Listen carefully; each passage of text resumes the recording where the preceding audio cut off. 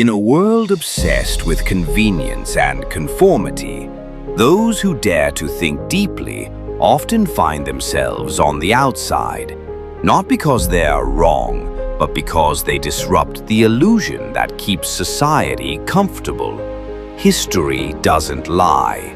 From Hypatia of Alexandria, burned for questioning religion, to Giordano Bruno, executed for proposing the infinite universe.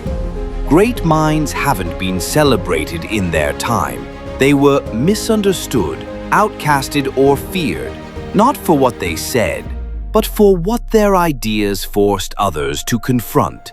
So why does this happen? Why are deep thinkers, those who reflect on the meaning of life, the nature of reality, and the foundations of truth, often met with resistance instead of reverence? It has less to do with intelligence and more to do with what intelligence reveals about the rest of us. See, when we meet someone physically stronger, we may admire or even aspire to be like them. When we meet someone richer, we feel envious perhaps, but rarely insulted. But encountering someone who thinks differently, that stings. Because it threatens not our status, but our identity. Psychologists call this the mirror effect. A deep thinker doesn't just speak thoughts, they become a mirror, reflecting back our assumptions, our contradictions, our unexamined beliefs. And most people don't like what they see in that mirror.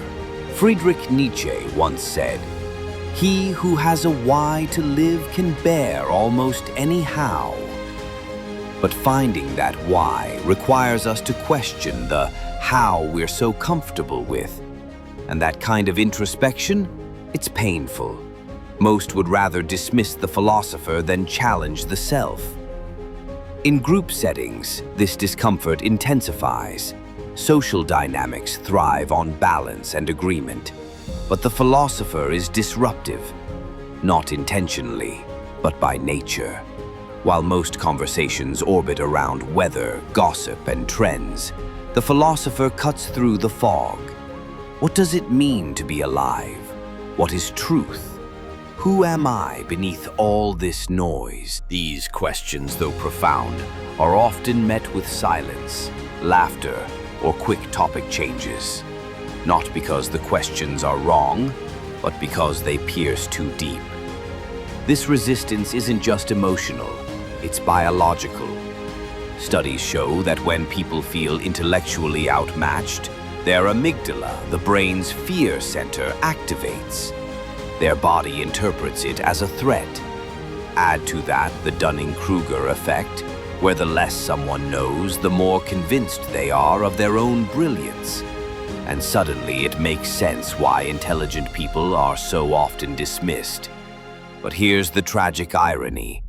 Truth seekers are not always truth tellers. Because society doesn't always reward the truth. It rewards certainty, confidence, conformity. It's why charismatic influencers who say little with flair gain millions of followers, while brilliant thinkers speaking with nuance are left unheard in digital corners. In the age of social media, truth has to compete with trends. The thinker must shrink their ideas into bite-sized slogans or be ignored entirely.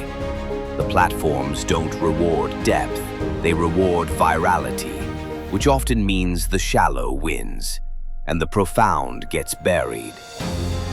So what becomes of the thinker? Often isolation, not because they crave it, but because their thoughts feel foreign to the masses. The modern world is noisy, but philosophy is quiet.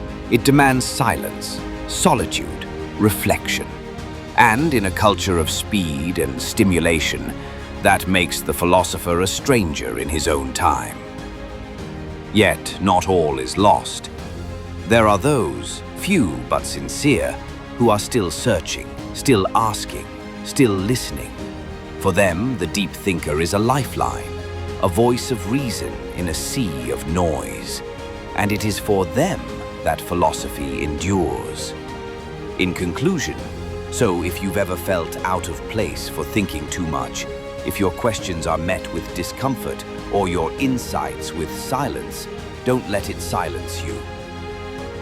The world may not always reward deep thought, but it desperately needs it. Because while society may fear the philosopher, it is the philosopher who keeps society awake.